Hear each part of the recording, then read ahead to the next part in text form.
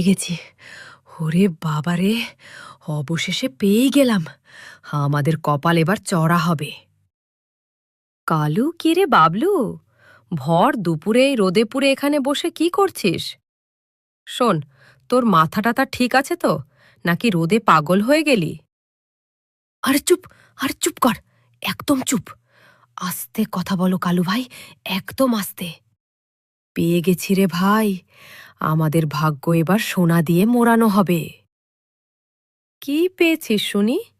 Lottery? নাকি পাশের বাড়ির গাছ থেকে আম চুরির কোনো নতুন আইডিয়া? আরে না রে ভাই, এই দেখ, এটা হলো আমার দাদার দাদার পরদাদার আমলের আসল গুপ্তধনের ম্যাপ। দেখ, নকশাটা দেখ।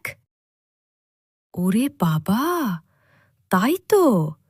এই দেখ, এখানে একটা লাল রঙের বড় ক্রস চিহ্ন দেওয়া। তার মানে সোনা দানা, হীরা জহরত সব ঠিক এই নিচেই পোতা আছে। দেরি করে লাভ নেই, চল ওর খুঁড়ি। ওরে বাপরে, আর কত দূর? আমার তো কোমর আর হাতের 12টা বেজে গেল।